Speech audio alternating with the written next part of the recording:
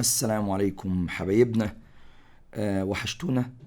ده مسافة قصيرة بس على كلمة وحشتونا، يعني بندخل في فيديو جديد تكملة. طبعا في فيديو سابق كنا أنا شرحته معاك بالتفصيل، اللي هو خاص بأسئلة 51 سؤال مهارات. أتمنى تكون استفدت بيهم ووصلت بيهم لأفضل معلومة. إن شاء الله نتمنى بعلم ينتفع به قدام ربنا سبحانه وتعالى، نأمل به ربنا إن هو يمن علينا بنعمة الرضا، ونأمل به رضا ربنا سبحانه وتعالى، ثم نأمل به رضاكم. أتمنى لكم التوفيق في كل سؤال وفي كل نقطة هتتشرح تفصيلا. بسم الله والصلاة على رسول الله. نبدأ كده مع بعض تفصيلا. هنا في السؤال الأولاني، بص يا معالي الباشا بقى. ميار شريف became the first woman to be in the women's tennis association's top ايه بقى 100 players. يعني معلش انت عايز ايه؟ هنا انا عندي مفتاح حل محترم. الموجود عندي هنا لفظ اسمه ايه بقى؟ انا عندي هنا جزئيه اسمها to be. ف to be يبقى هنا معناه ان ميار شريف اصبحت اول امراه يتم تصنيفها in the women's tennis associations. خلصت. يبقى كده تصبح الاجابه الصحيحه ranked letter B. اتفقنا كده؟ اديني مجاوبها لك. طيب السؤال يا باشا التاني بيقول لك some of the stolen property، بعض من الممتلكات يعني المسروقة was found، وجدت in the old man's house. فهنا هو عايز المرادف للفظ اسم property كسينونيم. يبقى في الحالة دي ايه؟ انا عايز مرادف. لازم تاخد بالك ان امتحانك بشكل اساسي لازم يبقى فيه سؤال اسم مرادف ومضاد ده بشكل قاطع، حاولش انك تهرب منه ابدا. يبقى في الحالة ديت ان انا لازم اخد بالي possessions اللي هي بتكون بمعنى ممتلكات. يبقى ده كاختيار للإجابة بالشكل الأمثل. يبقى ده letter C. طيب خلينا ماشيين مع بعض. بيقول لك إن a kind old man has not that child after his parents' death. فبيقول لك he brought him up with his children. طبعا في نقطة شبه دي احنا عايزين يعني معلش. طبعا انت لو بصيت في سؤال ان هتقول اباندن بقى هنا بمعنى هجر يعني تركه. لا معلش، احنا بنتكلم على ان في راجل كبير عطوف. ايه اللي حصل؟ يبقى هنا انت بتتكلم على حاجه اسمها ايه؟ بتتكلم على حاجه اسمها adopted. لكن كلمه adopted معناها ايه بقى؟ معناها تبنى. فاهم اقصد ايه؟ فلازم تاخد بالك من فكره زي دي. سؤال حلو وسؤال سهل جدا بالمناسبه. هنا الافكار اللي هتتناقش هي افكار سهله وحلوه وفيها افكار. اهم حاجه تنوع، انك انت تعمل تنوع كامل للافكار. مش كل حاجه اسمها ان انا ادخل الامتحان لا ده انا كده بقى هحل الاسئله الصعبه وهسيب السهل واحل السهل واسيب لا، ممنوع الكلام ده. لازم تعمل بالانس، التوازن في الاسئله كلها بالكامل. في السؤال رقم 4 بيقول he was cheerfully. بيقول لك ايه yesterday كان تعبان جدا امبارح and today ان he has relatively. يعني ايه relatively؟ نسبيا. ده بمعنى ايه؟ يبقى نقول كمان مرة ده بمعنى نسبيا. المهم مش موضوعنا يعني. فبيقول لك I'm pleased طبعا ان he got better. يبقى في الحالة دي انت بتتكلم على حاجة اسمها ايه؟ recovered. لان هنا recovered طبعا هنا دي اتفقنا. recovered هنا ايه؟ يعني بمعنى ايه يا شباب؟ بمعنى تعافى. المهم السؤال الرابع بيقول لك the newly graduated young man. اتفقنا كده شاب صغير خريج جديد. فبيقول لك is a promising. و promising هنا بمعنى زي ما انت عارف ان a promising هنا بمعنى واعد. فاهمين؟ فبيقول لك he is طبعا keen to. بالمناسبة كمعلومة حلوة وسهلة جدا بس واجب علي ان انا اقولها لك، ان انا ما عنديش مشكلة في انك انت تقول لي ان كين طبعا بتاخد حرف الجر on وبيجي بعدها الاسم او الاي ان جي، ودي ما فيش فيها اي مشكلة. لكن وجب عليا ان انا لازم افهمك كنقطة امتحان مهمة ان انا ممكن عادي اجيب هنا كين واجيب تو واجيب هنا الفعل في صيغة المصدر، وده بشكل قاطع. لازم تاخد بالك من التفاصيل دي. في هنا في النقطة اللي بعد كده ده انا ما جاوبتهاش لسه. طيب حلو قوي. طبعا هنا لازم تاخد بالك معلش، هو مش مدير ولا هو يكون خبير، لكن هنا نقدر نقول ان هو متدرب بيحصل على فترة تدريب. خد بالك عشان الحصول على خبرة internship. يبقى هنا letter C، فاخد بالي منها كويس جدا. طبعا مش هينفع للاسف ان انا اخد بالي من حاجة يعني معلش، طب يعني انا دلوقتي هبعد الاجابه ايه خالص، وهبعد الاجابه هنا بي، فطبعا هنا ان promising هنا entering، وهنا هو اسكين. معلش طب ليه انا ما اخدش هنا كانديديت؟ انا مش هينفع ان انا اخد كانديديت، لان كانديديت معلش انا اسف هنا يعني ده مرشح اصلا. فخد بالك من نقطه شبه دي.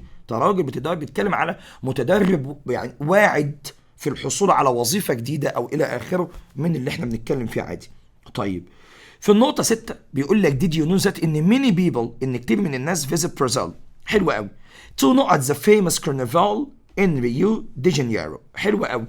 طب هنا النقطه دي احنا جربناها كتير، وانا قلت لك استنى بس ان هنا في الحاله دي experience هنا ما بتكونش على الاطلاق بمعنى هنا خبره.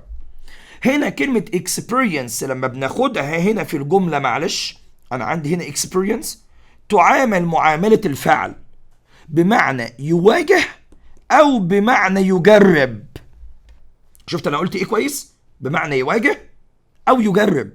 يبقى تصبح الاجابه الصحيحه letter A بشكل قاطع. انتهى الكلام على كده. هنا بعد كده هنا I'd like، بص الجمله دي حلوه قوي وحليناها كتير بالمناسبه. هنا بيقول لك I'd like to down next my little grandchild. عايز اقعد معلش جنب بنتي كده ايه اللي هو حفيدت بمعنى اصح يعني and play with him ايا كان يعني grandchild granddaughter grandson ايا كان يعني. مين اللي ماسكك هنا؟ لو تلاحظ اللي ماسكني هنا في الموضوع ان هنا عندك لفظ اسمه داون، يبقى crouch، يبقى هنا بمعنى يقرفص، واحنا قلناها قبل كده وشرحناها تفصيلا مفصلا ان هو يقرفص يعني بيخلي جسمه مايل للارض او مايل لحد يعني بحيث ان يكون ان هو قريب منه في المسافه الى اخره. طيب في النقطه 8 بيقول لك I speak English and German but Arabic is the not language. دي نقطه حلوه قوي. يعني ايه افهمك؟ هو هنا بيقول لك انا بتكلم انجليزي وبتكلم الماني عادي، ولكن اللغه العربيه is the not language spoken. فبيقول لك it's the native language in Egypt، هي اللغه الاصليه والرسميه الموجوده في مصر. في الحاله هنا دي اخد بالي ان ده بمعنى اجنبي يعني كلغه تانية يعني مش هتنفع، وهنا سكند تانية مش نافعه على الاطلاق، وهنا معلش ده بمعنى ايه بقى؟ دوميننت هنا ايه؟ سائد. تصبح الاجابه الصحيحه letter C. خلص الكلام على اللي بعد كده. ما ينفعش ان انا اخد minor هنا وبتنطق الى minor، الاثنين نفس the same pronunciation. فطبعا اجابه مش غلط على الاطلاق، بس للاسف هنا مش هينفع ان انا احطها هنا الا لو انت بتتكلم بشكل اساسي بقى معلش على ان هي اللغه مش اساسيه في البلد. فدي خد بالك منها كويس جدا على حسب السؤال، وما تفهمش السؤال بدماغك عشان ما تغلطش غلطه انت مش قدها. طيب في السؤال التاسع بيقول لك ان during يعني اثناء the royal period. هنا بقى طبعا انت عارف ان طالما قلت لي رويال بس انا مش هينفع بقى rode their horses proudly، بيركبوا الحصانه بتاعتهم بفخر. خلص الكلام على كده. knights فرسان. خلصت. most girls هنا بعد كده are less likely to. معلش هو في سؤال زي ده موجود عندك تفصيلا في الوحده الثانيه، ولازم تبقى واخد بالك ان هنا stereotypes زي ما انت عارف ان stereotype اصلا بمعنى ايه؟ تقليد اللي هو نمطي تقليدي مش بيتطلع للحداثه and tend to be more confident about their abilities. في الحاله لو انت اخدت confirm وانت عندك حفظ الكلمات ضعيف، فكلمه confirm هنا هتصبح بمعنى يؤكد او مش هتنفع. طيب هنا less likely ايه بقى؟ طب انا هنا قدامي اخد هنا defy to مش هينفع. ما انا لو هنا اللي ماسكني هنا مين؟ حرف الجر to، يبقى اخد على طول confirm to. خلص الكلام على كده. انتهت. بيقول بعد كده the hotel provides هنا a lot of، بيقول لك ان الفندق ده بيزود بالمزيد من ايه للناس with disabilities بس. فهنا لما بنيجي نقول with disabilities يعني من ذوي الهمم، يبقى انت معلش هنا بتقدم تسهيلات مش معوقات. ما ينفعش ان انا احط هنا سي. انا ممكن اقول فايت على فكره obstacles، لكن انا اقصد هنا وجود تسهيلات بشكل طبعا احتمالات وصراعات لا تحتمل او لا تحتمل الجمله اجابه على السؤال بالشكل ده، يبقى تصبح الاجابه الصحيحه letter A. my brother hopes هنا بيقول لك my brother هنا hopes يعني بيأمل يعني ان he will get فبيقول لك at a dentist. وطبعا هنا المقصود بيها ايه؟ المقصود بيها عياده. خد بالك عياده طبيب اسنان. we were a lot of people in our area go. اولا ما ينفعش تاخد سكالرشيب، مش هتاخد منحه ولا ممبرشيب الى اخره، لكن في الحاله دي اخد منحه للحصول على خبره محترمه في مكان زي البنك، زي عيادة، مش حصول على مهارات في حرفة معينة. دي نقطة مهمة قوي، يبقى إجابتك عندك في letter دي. في السؤال 13 بيقول لك إن حاتم overcame، إنه تغلب على a lot of hardships، كثير من المحن in his life which enabled him to not himself، اللي هي مكنته إنه يعمل يعيد اكتشاف نفسه. خد بالك من النقطة دي، خد بالك من النقطة دي. letter هنا عندك سي كموضع امتحان محترم جدا، لا بجد مش هزار، موضع امتحان محترم حرفيا. يبقى هنا reinvent، يعيد اكتشاف. على فكرة يعيد اكتشاف نفسه ممكن تكون عن طريق الحصول على وظيفة جديدة، مقابلة أصدقاء جداد. فأنا لازم أبقى فاهم في سؤال شبه ده إن أنا ما أقعش فيه لأي سبب، يبقى آخد هنا بالي من reinvent. والغلطة اللي جامدة بقى إن يجيب لك في نقطة شبه دي ويقول لك هنا reinvent كده ويفصل لك re عن invent. خلاص اوعى تغلط، اوعى. خد بالك من نقطة شبه دي. طيب هنا معلش انت بتتكلم على it's a او an place، it's pretty يعني جميل، interesting مش عارف فبيقول لك الى اخره. طالما انت بتستخدم معلش هنا place، يبقى انا استخدم مكان قبيح مثلا it's pretty and interesting in an old fashioned way. ما هو انا عايز افهم برضه، يعني هو جميل وجذاب، يبقى هنا لازم اختار على طول هنا. طب اخد ليتر معلش برضه excited، ما انا مش عارف.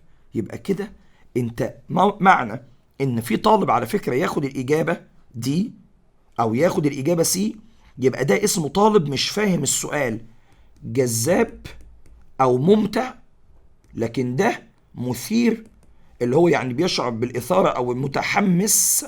خد بالك من نقطه شبه دي. يبقى هنا ما حاولش كده ان انا احط نفسي في نقطه شبه دي واوقع نفسي فيها.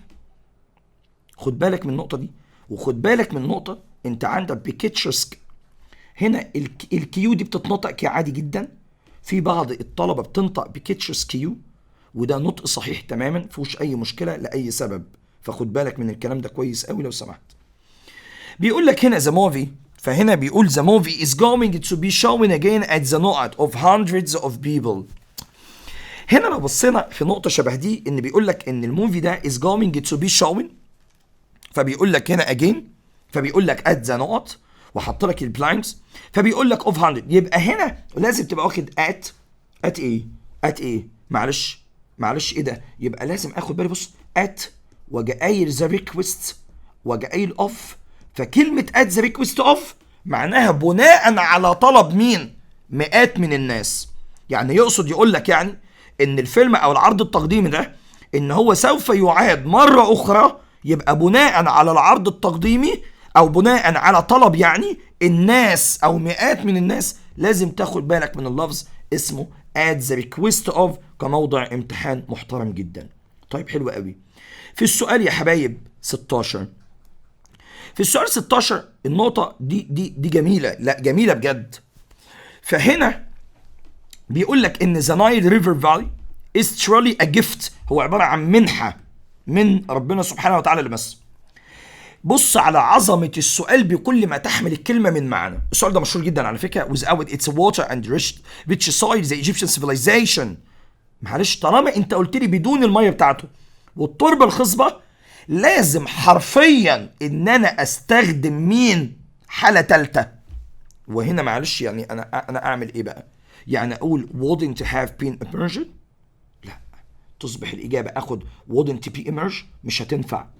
احنا عايزين حالة تالتة من حالات اف. هو عن هنا اعتماده على المعنى واعتماده على حالة اف، فكده في النقطة بتاعت هنا بي. وخد بالك ان كلمة emerge هنا يعني انت معلش انت بتعمل اتحاد او بتعمل يعني تناسق مع معانيها كتير جدا، او بمعنى اصح دمج. فاهمين اقصد ايه؟ يبقى في الحالة دي يبقى اختار اجابتي wouldn't have emerged. خلص الكلام على كده. يبقى اختار الليتر. هو طبعا الليتر زي هنا سيبك من الحروف حتى لو متلخبطه معاك. طيب حلو قوي. في السؤال 17 بيقول لك ان most students ان معظم الطلاب could answer the 5 questions easily. معنى الكلام ده ان معظم الطلاب قدروا ان هم يجاوبوا على الاسئله ديت بسهوله. جميل قوي. في حاله شبه دي، ان لو بصينا في الاجابه الاولى ان both questions were difficult، ان كان السؤالين اولا هم 5 بالمناسبه، فطالما هم 5 يبقى ممنوع منعا باتا انك تستخدم both. ابعد الاجابه دي، يعني بص عايز 2 زي ما انت عارف ان كل الاسئله كانت صعبه. ما هي لو كل الاسئله كانت صعبه ما كانش الطلاب جاوبوا على ال5 اسئله دي بسهوله. ابعدها تماما. طيب ان ما كانش في سؤال سهل، مفيش حاجه اسمها كده. مفيش حاجه اسمها ان question was easy، مفيش، لان هم خلاص اصلا جاوبوا على الاسئله. لكن احنا ممكن في السؤال اللي هو في اللتر دي ان none of the questions was difficult، ان ولا سؤال من الاسئله دي كان صعب، وتصبح ان الاجابه الصحيحه هي لتر دي. وبالمناسبه انا عايز اقول لك على نقطه حلوه جدا في نقطه شبه دي سريعه، يعني ان none هنا لما بيجي بعدها جمع انت ممكن فعليا تاخد فعل مفرد او فعل جمع. وبالمناسبه في اللغه الغير رسميه انك انت بتاخد فعل جمع، لكن لو انت بتتعامل على لغه اكاديميك فورمال بياخد بعدها فعل مفرد. خد بالك من الحته دي، لان هو لو جابها لك في الامتحان هيوقع نفسه هو نفسه في غلط. يعني ما يقدرش يحط سؤال زي ده، لان طبعا هيجي يستند بكلامه لايه؟ هيجي يستند بكلامه ان ده معلش فورمال وانفورمال. ده مستحيل، مفيش حاجه اسمها كده، لان طالما ان هي وردت في كتاب المدرسه وكتاب الوزاره بتاعك ان هي بتحتمل او ان هي بتاخد الفعل المفرد والفعل الجمع سواء في اللغه الرسميه او الغير رسميه، يبقى تحتمل الاجابتين بشكل قاطع. الكلام ده منهي، فخد بالك من النقطه دي كويس قوي. في النقطه اللي بعد كده ان بيقول لك السؤال 18 بيقول لك ان my mother، يعني بيقول لك ان امي asked me to grill the fish for 5 minutes on not outside. معلش هو السمكه دي لها كام جانب؟ السمكه طبعا زي ما انت عارف لها جانبين. في الحاله ديت لما بنيجي نتكلم على حته الجانبين يبقى انت بتتكلم على each side. خد بالك من الحته دي، يعني على كل جانب من الاخر. لكن لو هو حط لك حرفيا سايدز كده على حسب بقى والله، يعني جوانب، يعني انت ممكن تتكلم على معلش ليفت ورايت، يبقى في الحاله دي انت بتتكلم على حاجه اسمها both sides. وممكن تقصد كل الجوانب بشكل، لو كانت الجوانب متعدده فانت ممكن تقول all sides، فعلى حسب المعنى اللي هي هتحتمله. دي كموضوع امتحان ما فيهوش كلام يعني. السؤال الجميل اللي جاي بيقول لك have you met مستر عوني؟ لا ده في سؤال تاني 19 ماشي. please هنا please raise your voice، ارفع صوتك. وبالمناسبة ان raise هنا بتعامل معاملة الفعل المتعدي، يعني لازم يكون بعدها object، يكون بعدها في مفعول. فبيقول لك من فضلك ارفع صوتك I can't hear. خد بالك انا مش قادر اسمع. خد بالك بص، انا مش قادر اسمع ايه؟ مش قادر اسمع اللي انت بتقوله. يبقى تاخد بالك على طول ان اجابتك الصحيحه هتكون what. يبقى what you are saying. اصل انا اخد ايه ازاي؟ واخد بي ازاي؟ واخد سي ازاي؟ انا مش عايز اضيع وقت. يبقى هنا what you are saying ما وانا قلت لك ان لازم ترجمتها تكون ترجمه ما، ومفيش ولا غلطه ولا كلمه تقدر تتكلم فيها بعد كده، فخد بالك من دي. السؤال 20 have you met مستر عوني؟ ماشي have you met مستر عوني ايه بقى؟ ايه بقى؟ بص يا سيدي بقى، انت معلش انا اسف، الطالب بيبقى في سذاجه في التعامل مع السؤال ازاي؟ اولا الراجل ده حرفيا مديلك مفتاح حل محترم. اولا مديك مفتاح الحل وهو وجود القمه، ومعنى الكلام ده ان وجود القمه عندك يبقى ممنوع استخدام الاجابه لتر سي اللي هي ذات، ممنوعه. يبقى لتر سي دي اجابه خاطئه بالمره، مش هينفع ان انا استخدمها. بناء عليه ان هنا خلينا نشوف what I told you ايه، معلش ايه what I told you about. انا بكلمك هو انت قابلت مستر عوني؟ انا بتكلم هنا كلام موجه اصلا ان الكلام على مستر عوني، يبقى معنى الكلام ده معلش انت بتتكلم على عاقل، والعاقل اللي قدامك ده بيحتمل اجابتين زي ما انت عارف ان في الاصل هو هم، وعندك هنا اصلا في ذات، وطبيعي ان ذات هنا استبعدناها لان في قمه، وطالما في قمه يبقى ابعد هنا في ذات اصلا. فبالتالي انا ما ينفعش ان اقول ان have you met مستر عوني I told you about ازاي بس؟ يعني هل انت قابلت مستر عوني اللي انا كلمتك عليه؟ يبقى تصبح الاجابه الصحيحه بشكل قاطع هي الاجابه اللي هي مين يا حبايب؟ لتر ايه؟ اي اجابه تانية ممنوعه، ما تضيعش وقتك ووقتي. هنا السؤال 21 سؤال عظيم. بص هو بيعتمد في الازمنه بشكل قاطع على انك انت فاهم ازاي تتعامل مع الزمن. لا بجد مش هزار. هنا انا عايزك تبقى فاهم نقطه مهمه. اولا دلوقتي هو الراجل الفاضل الجميل ده عمل ايه؟ اقول لك عمل ايه. اعتمد على بشكل ما او باخر على نقطه مهمه. ايه النقطه المهمه؟ انا هقول لك عليها دلوقتي. اولا ان عندك هنا حاجه اسمها سيمد، وسيمد هنا لو تلاحظ ان ده زمانها باست، يعني زمانها بيكون في الماضي، وبناء عليه ان هو كان شكله اكزاستد، هو شكله مرهق. فطبيعي ان انا لو قلت هنا في الجمله دي وحطيتها كده وجيت قايل ان هي سيمز وكملت بقيه الجمله وجيت قايل هنا بيكاز بسبب وجيت مكمل بقيه الجمله وجيت قايل هنا all day، حلو. فمعنى الكلام ده ان هنا اللي حاكمني الماضي، وان هنا اللي حاكمني البريزنت، ان حاكمني ماضي فوق، وهنا في السؤال ده حاكمني سيمز هنا مضارع. بناء عليه هي سيمز هنا هي سيمد، يبقى لازم تاخد بالك ان هنا all day عايزه حرفيا مده زمنيه، يبقى هنا دي عايزه مده مين؟ مده زمنيه. خد بالك بس معلش يا جماعه، برضو هو انهي مده زمنيه انا استخدمها؟ ما هو هنا برضو في السؤال. فهنا في الحاله ديت هو بيخير. اولا طالما انت تبقى طالب متميز وفاهم نقطه شبه دي، ان انت تبعد، انت عندك زمن الجمله في الماضي، طب ما تبعد الاجابات اللي هي مالهاش علاقه بالماضي. زي مثلا وليكن لتر بي دي اجابه مالهاش علاقه بيها، ولترز A دي ماليش علاقه بيها، يبقى انا حذفت كده المضارع. ليه؟ لان زمن جملتي ماضي. طيب كده هيتفضل لك ايه؟ هيتفضل لك لتر سي ولتر دي. طب اعمل ايه؟ هنا الحكم في الموضوع ده وجود المده الزمنيه. هو كان شكله مرهق، يبقى لان ان هو had been، وهنا تيجي قايل had been وتيجي قايل working، يبقى الاجابه الصحيحه letter C. خلص الكلام على كده. يا رب تكونوا فهمتوا الفكره دي. طيب النقطة 22 أو السؤال 22 once، أقف بقى شوية معايا كده. بنأكد كمان مرة في تعاملك مع سؤال القواعد ممنوع منعا باتا إنك أنت تلجأ لسؤال القواعد وتلجأ تبص على الأداة وتيجي واخد الإجابة وطالع إيجابي. أنا نبهت عليك مرة في مرة في مرة وطول السنة أقول لك لما يكون سؤال خاص بالأزمنة تحديدا بالتنسز لازم يكون تركيزك على الرابط الموجود وتحط لي عليه سيركل دايره، وبعد كده تيجي ماسك القمه وعينك شغاله على طرفين الجمله. طرفين الجمله ازاي؟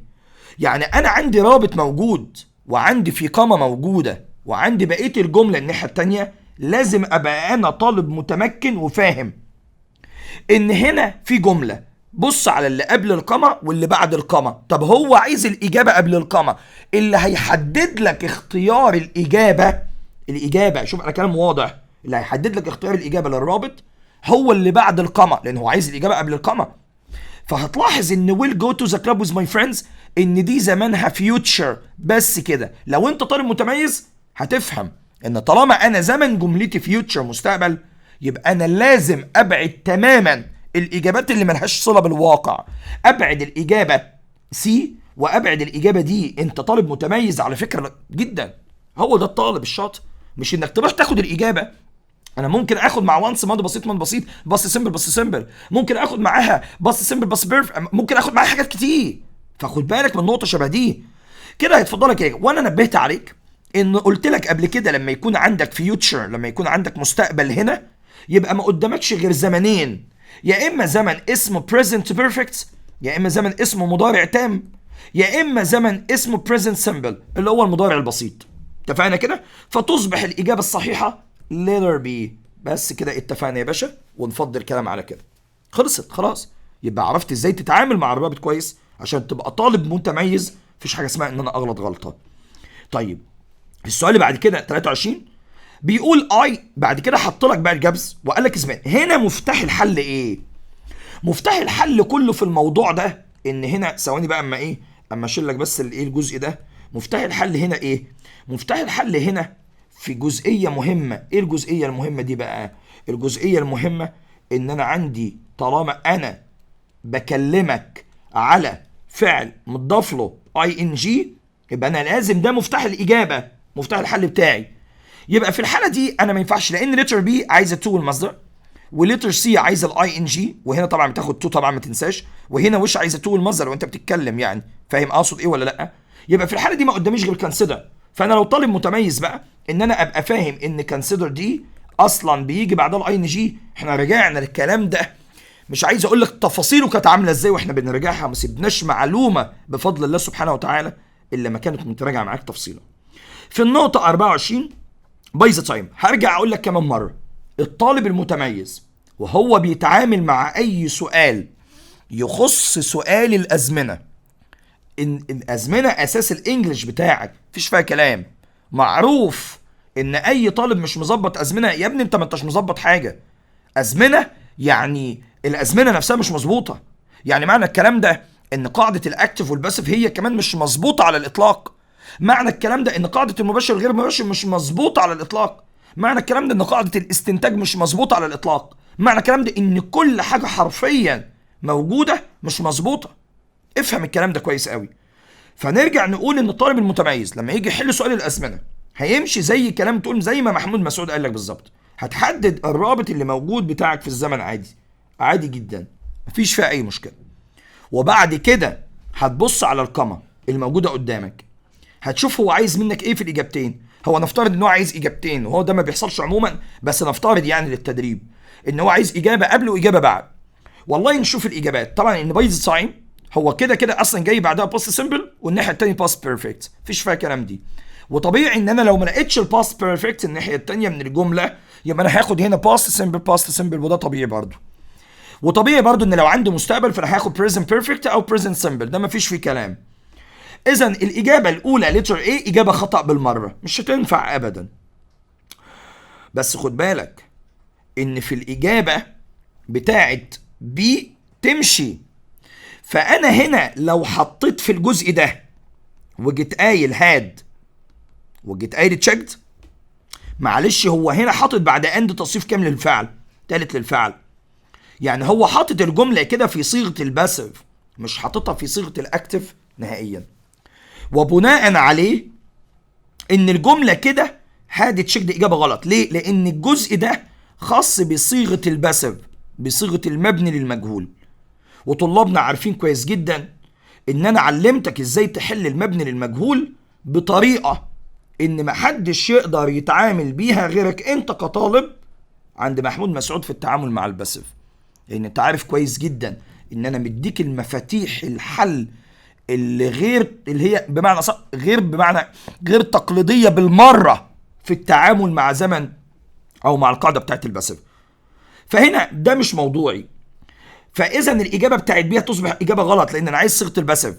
يعني معنى الكلام ده ان انا عايز في الشق الثاني من الجمله had been checked كده قدامك كده بالظبط. وعشان كده في الجمله ان انا هاخد في الاجابه بتاعت 24 او سؤال 24، فيجي الطالب كده هيبقى قدامه اجابتين، هيبقى قدامه اجابه سي ودي. طب بناء عليه انك هتاخد سي ودي، الراجل لعب معاك لعبه غريبه تانية، انه وقعك في انك تختار ما بين الفعل الرايف وما بين الفعل ريتش. بجد يا مستر؟ والله بجد يعمل معاك اكتر من كده، والله يعمل معاك اكتر من كده. انت متخيل زي السؤال 24 ده سؤال عظيم جدا. ان السؤال 24 هو سؤال سهل على فكره، سهل جدا ما فيهوش اي مشكله خالص بالمناسبه، لكن سؤال افكاره متعدده، وهو ده المطلوب. ان في السؤال اعتمد على الجرامر، اعتمد بشكل اساسي، ومش اي جرامر، ده اعتمد في الشق الاولاني من السؤال 24 على ان هو يكون في صيغه الاكتف، واعتمد في الجزء الثاني من الشق بتاع الجمله على صيغه الباسيف. دي نقطه حلوه. وبعد ما خلص صيغه الباسيف قال لك لا استنى انا مش هسيبك، انا حاطط لك الفعل arrive reach. والطالب المتميز عارف كويس جدا كنقطه سهله جدا ان arrive عايزه حرف جر يا اما ات يا اما ان مع المكان، اما ريتش بيجي وراها المكان مباشره. تصبح الاجابه الصحيحه هي letter D. شفت بقى ان تقول by the time ان فاتن reached the surface center ان her car had been checked and repaired. خلص الكلام على كده. بقى هو بيتعامل معاك بالطريقه اللي هو شايفها، وده مش عيب ابدا ان هو يعمل معاك كده بالمناسبه. فخد بالك من نقطه شبه دي. في السؤال 25 حط لك هنا الاي ان جي، بس استنى، الاي ان جي منتهي بكويشن مارك، منتهي بعلامه استفهام، وبناء عليه نبقى واخدين بالنا ان كونسيدر عايزه اي ان جي لكن الجمله تكون منتهيه بالفول ستوب، ان ليتس عايزه الفعل في صيغه المصدر لكن منتهي بالفول ستوب، ان واي دونت فهمت؟ ما هي واي دونت عايزه علامه استفهام صحيح، بس عايزه الفعل في صيغه المصدر، تصبح الاجابه الصحيحه ايه؟ كاجابه سهله جدا مفيش فيها مشكله. طيب نبص يا باشا على السؤال 26. تامر فبيقول لك early، فبيقول لك ان when he was young، بس نمسك الاول كده مفاتيح الحل. لا بجد حرفيا احنا ملناش ادنى علاقه ببقيه الجمله عامله ازاي، احنا مسكنا ان قال لك when he was young، يعني معنى الكلام ده معلش انت بتتكلم دلوقتي على صيغه اسمها صيغه past، بتتكلم على صيغه الماضي. ماشي جميل الكلام ده والسؤال ده حلو مفيش مشكله. كمل، اهم نقطه عندي انك تكمل بقيه الجمله. الطالب هو ماشي بمبدا ايه؟ ان هو فاكر ان هو طالما شاف في الاختيارات ان هو بيقول لك used to، هيجي يقول لك عاقل وبعد كده هيجي حاطط used to وبعد كده هيجي حاطط المصدر. انت على فكره طالب غريب، لا بجد مش هزار، انت بتتعامل مع سؤال زي ده معلش انت طالب ثانويه عامه. كمل بقيه الجمله، ان الراجل بيقول لك في الاخر ان هو ماله منضبط، بكشول مع انت منضبط، يبقى ده معناها ان هنا خد بالك من الحته دي كويس جدا، لان هو هنا عايز منك ترجمه للسؤال. تامر يبقى لو قلت used to arrive ان هو كان متعود ان هو يوصل بدري لما كان صغير، ولكن دلوقتي هو ازاي بس يا اخي؟ احنا ممكن نشيل early لو انت عايز تحط هنا used to arrive تشيلها وتحط مكانها late، بسيطه. هنا طب نشوف اولا is used to، هنا is used to arrive غلط، والله كان على عيننا والله يا جماعه، على عيننا والله ان انا اخد الاي ان جي، بس معلش زمن الجمله مش سامح لي، عشان كده احنا بنقول ان زمن جملتك هنا ايه؟ زمن جملتك هنا يا باشا باست. في النقطه 26 اذن برضه مش هتنفع لان زمن الجمله في الماضي، احذف المضارع، خليك واعي. عشان كده دايما بنقول ايه؟ ان لما بيكون في عندك وين موجوده مع وجود فاعل موجود، ودي معلومه سهله وبسيطه جدا، وعندك هنا في واز او عندك هنا في وير مثلا، وجود اسم مكان او وجود مثلا صفه فرضا يعني، فانت بيكون قدامك حل من اتنين، يا اما انك بتاخد used to مع الفعل في صيغه المصدر، يا اما حرفيا انك بتاخد was او were بلس used to بلس الاي ان جي. ماشي طب وبعدين؟ يبقى تصبح هنا الاجابه الافضل على الاطلاق هو هنا عندك في الاجابه letter B. يبقى تامر ما كانش متعود ابدا ان هو يوصل بدري لما كان صغير، لكن دلوقتي هو بقى منضبط، المعنى كده استقام. وخد بالك عشان ما تقعش وتغلط، ان خد بالك ان ظروف التكرار زي never و always usually often كل دول لازم يبقوا قبل used to. اوعى تغلط، لان احنا لما بنيجي ندخل في العلاقه ما بين used to ما بين would، هي used to كده كده مساويه would، يعني انت ممكن تقول ان when he was young تيجي قال he used to مثلا arrive early، ممكن تقول when he was young ان he would، عادي جدا كمان عشان تبقى فاهم. لكن انا مشكلتي ان الراجل ده لو جاب لي ظروف التكرار وانت مش متقن المعلومه، ما تقوليش ان انا شاطر، انا بص مش بعتمد حاجه اسمها ان ده طالب شاطر، انا بعتمد ان ده طالب شاطر بناء على التطبيق لما تعمل لي ابلاي للمعلومه اللي انت بتاخدها معايا. بس الكلام كده واضح، يبقى التطبيق ده خير دليل على انك انت شايف شغلك. لكن انا شاطر وانا ذكي وانا الكلام ده ما بيمشيش مع طالب ثانويه عامه، خد بالك من الكلام ده، الكلام ده قلناه طول السنه تفصيل مجال. طيب يا حبيب قلبي، لو وصلنا هنا 27 قول عليه الصلاه والسلام ان مور سكولز، فهنا بيقول لك all over Egypt، امسك بس الاول، فبيقول لك next summer وقال لك أزبلان، بس كده خلاص. انا كده عرفت ان الجمله اصبحت في صيغه الفيوتشر، يعني في صيغه المستقبل، بس الله اعلم احنا متعودين وبنقولها دايما، وطلابي كلهم عارفين كده ربنا يبارك فيهم، ان انت لما تيجي تتكلم عن حاجه اسمها اي زمن اي تنس من اي تنسز موجود، لازم تبقى فاهم نقطه مهمه. ايه النقطه المهمه؟ النقطه المهمه ان معلش هو ممكن يكون اكتف، ممكن يكون معلوم، ممكن يكون بسل. وبالمناسبه هم بيعتمدوا في صيغه الباسيف ليه دايما في الباسيف ويز في كل يعني كل الطرق بتاعه الباسيف هو بيعتمد عليها في الامتحان نهايه السنه. لان الباسيف حرفيا هي بتكشف الطالب ده فاهم لغه ولا لا. واحنا قلنا كويس جدا ازاي تتعامل مع الباسيف المبني للمجهول بطريقه حرفيا والله لا يعني والله لا ازكي نفسي على الله ان انا خليتك تتعامل مع الباسيف بطريقه احترافيه محدش اتعامل بيها قبل كده، لا سمعها ولا اخدها. انت بتبص بقيت بتلمح الجمله انتهت، عرفت هي اكتف ولا باسيف.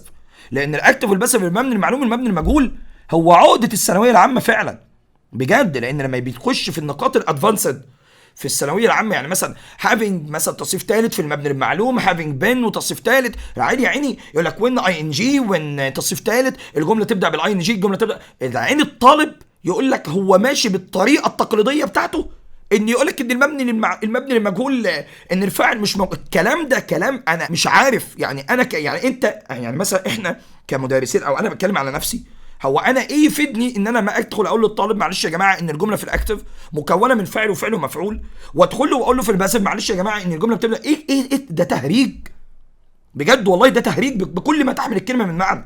اصل ما فيش حاجه يا جماعه حاجه تعقل ان احنا لسه كمدرسين لحد هذه اللحظه ان انا ماشي بتراديشنال ويز طرق تقليديه بحته ان انا بمشي بيها بقول للطالب معلش تعالى اتعامل مع الباسيف على ان الجمله بتبدا بالمفعول والفيرب تو بي التصريف الثالث. ايه دي مصيبه بجد مصيبه بجد. ويجي الطالب يقول لك انا مش عارف احل انا مش عارف اتعامل على السؤال انا مش عارف انا يا مستر محمود اقسم بالله حصلت كتير انا يا مستر محمود انا بص مظبط الازمنه انا اجي احل بقى الباسيف ما اعرفش ادخل له من سكه انت ما انتش فاهم تتعامل مع الباسيف ازاي.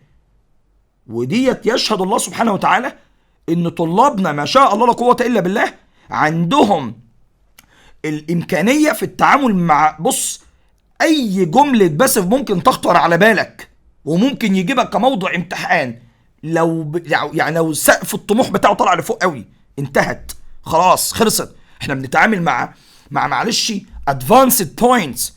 فهنا نرجع ان احنا نقول ان الازمنه تتعامل بيها زمنك مستقبل او مضارع احذف اجابات الماضي بسرعه في تعاملك مع الازمنه عشان تبقى تتعلم مظبوط في التعامل بيها. عندك الجمله ايا كان الزمن present perfect past perfect ايا كان حدد هي معلوم ولا مجهول الاول. فهنا لو تلاحظ ان build اظن انت فاهم انا اقصد ايه كويس وبيلد يعني يبني واظن انا اول ما اقول لك كلمه يبني دي انت فاهم انا اقصد ايه كويس. بناء عليه ان الجمله كده اتبنت للمجهول فتيجي طبعا ان طالما مستقبل يبقى احذف ايه واحذف معلش يعني احذف معلش اصل ده الماضي مش هينفع تاني. وبما ان هي مجهول احذف الاي ان جي واحذف الاي ان جي تصبح الاجابه are going to be built. ليه؟ لان ده اصلا ان plain من ضمن الحاجات اللي بتستخدم مع المستقبل القريب والمستقبل القريب زي ما انت عارف verb to be is are plus going to plus الفعل في صيغه المصدر. لما نيجي نحطه بقى في صيغه المبني للمجهول هتجيب الفيرب تو بي عادي وهتحط هنا going to عادي وتحط بي عادي وتحط هنا التصريف الثالث عادي جدا. هنا في النقطه 28 ودي النقطه اللي اكدنا عليها كتير واكدنا عليها بالتفصيل المهم التفصيل الممل. احنا قلنا يا باشا ان الصفات المركبه خليك حذر منها وخد بالك منها. الصفات المركبه زي ما احنا عارفين ان كتير جدا منها ما تحطش الداش اللي هو الشرطه او الهايفن الا يعني مثلا انت بتتكلم على ويل مثلا فرضا اهو خلينا نمشي عادي جدا اهو وهنا نبقى شغالين على ايه ماشي بنقول ادي ويل وهنا انا عندي ناون. انا الكلام ده كلام غلط مفيش حاجه اسمها كده مفيش حاجه اسمها ويل ناون بالشكل اللي حضرتك عارفه ده ان انت بتنطقها ويل ناون عادي اتفقنا ذا سيم برونسيشن فده مفيش مشكله على فكره. لكن المشكله بعد ما تقول عليه الصلاه والسلام ان انا ما ينفعش احط دي الا بوجود ده اللي هو ايه ده بقى اللي هو ده اللي هو الاسم. خد بالك وانا وضحت لك في الفيديو بتاع المهارات ان قلت لك في السؤال ان انا حطيته لك على فكره بنفس انا ما رضيتش اشيله بالمناسبه وما رضيتش اعدله لاي سبب من كان لكن عشان بس اعرفك ازاي تتعامل مع نقطه شبه دي. يبقى في الحاله دي ان اختيار الاجابه بتاعك هيكون ليتر دي، بس خد بالك ان دايما لما تلاقيه بيخيرك، وده طبعا انت عارف ان well هنا ده ادفيرب، وان هنا ده تصريف كام للفعل، ثالث للفعل، وانت عارف كويس جدا ان الحال بيسبق الصفه. وبالتالي هنا إن اختيارك ليتر دي هتصبح هي افضل اجابه على الاطلاق. جميل قوي. في السؤال 29 بيقول لك يا سيدي ان باهر، فهنا نقطه مهمه جدا يعني كموضوع امتحان محترم، ومبني على انك انت على فكره بالمناسبه مبني على انك انت تبقى فاهم بس مش اكتر.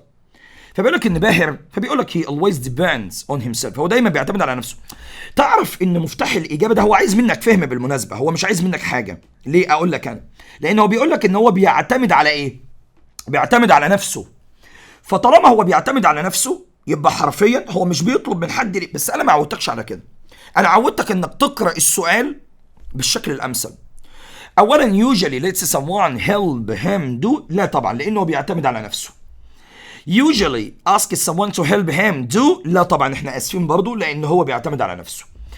never asks anyone to help him، ما بيطلبش من اي حد انه يساعده، هي الاجابه حلوه مفيش كلام.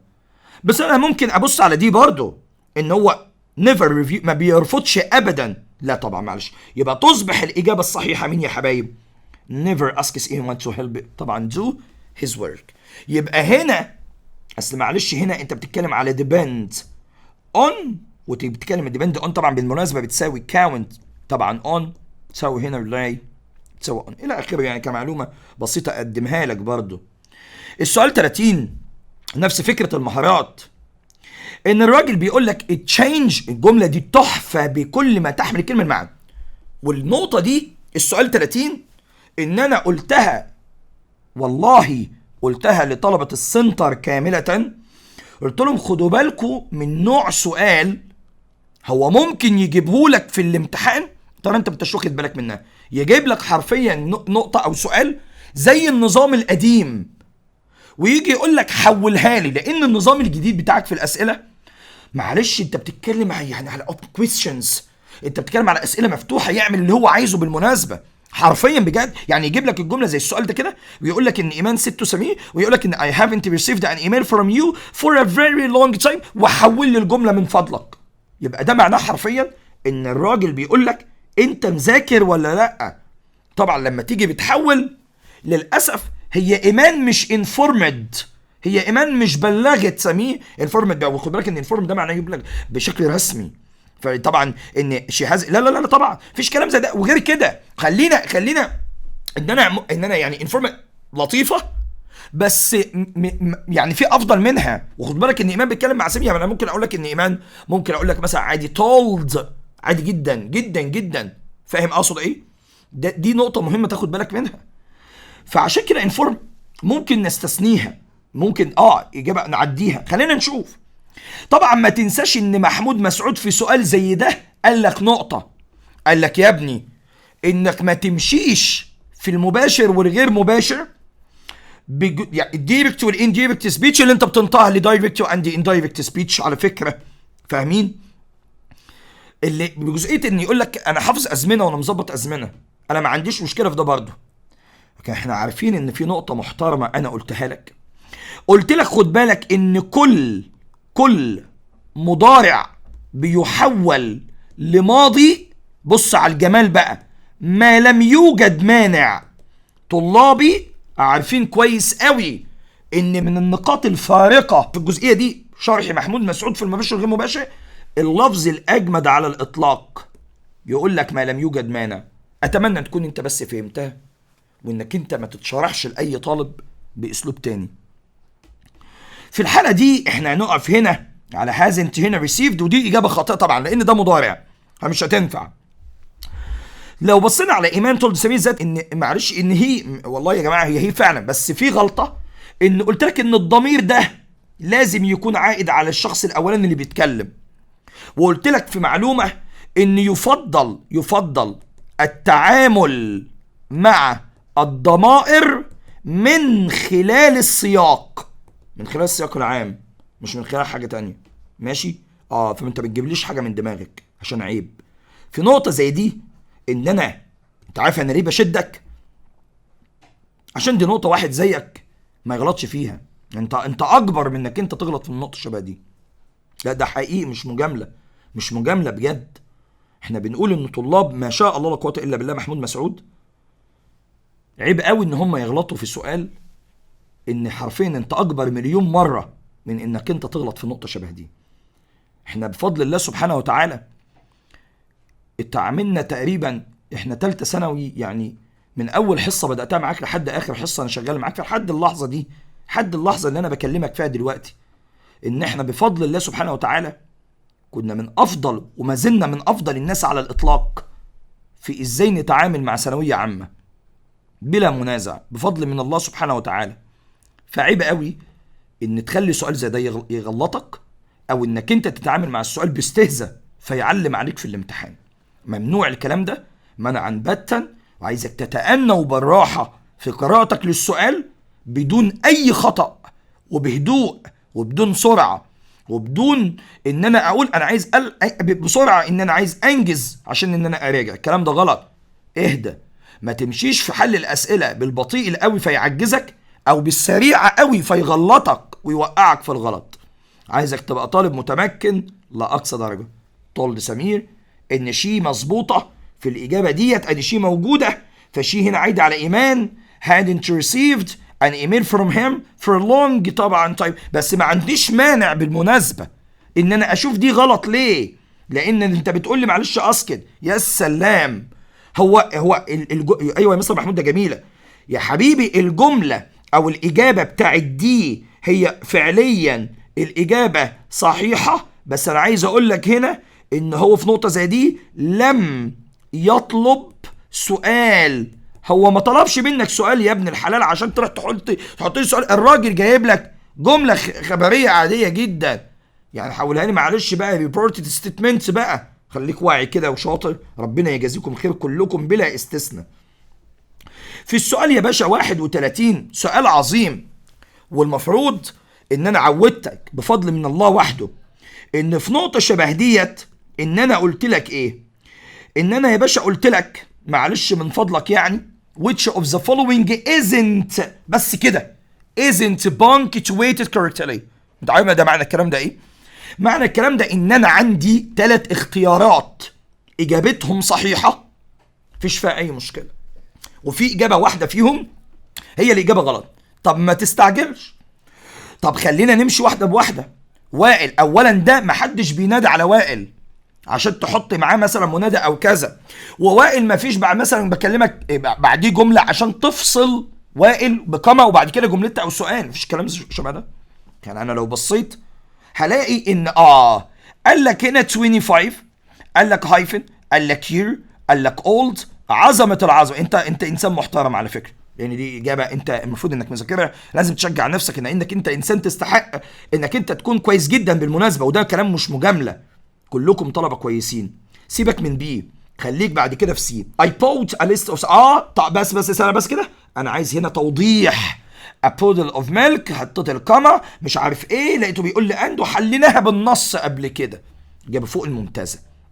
يبقى هنا لو بصينا هنلاقي ان هنا احنا نسينا ان احنا هنا ايه بقى، نحط هنا الكما. بجد بجد يا حبيبي.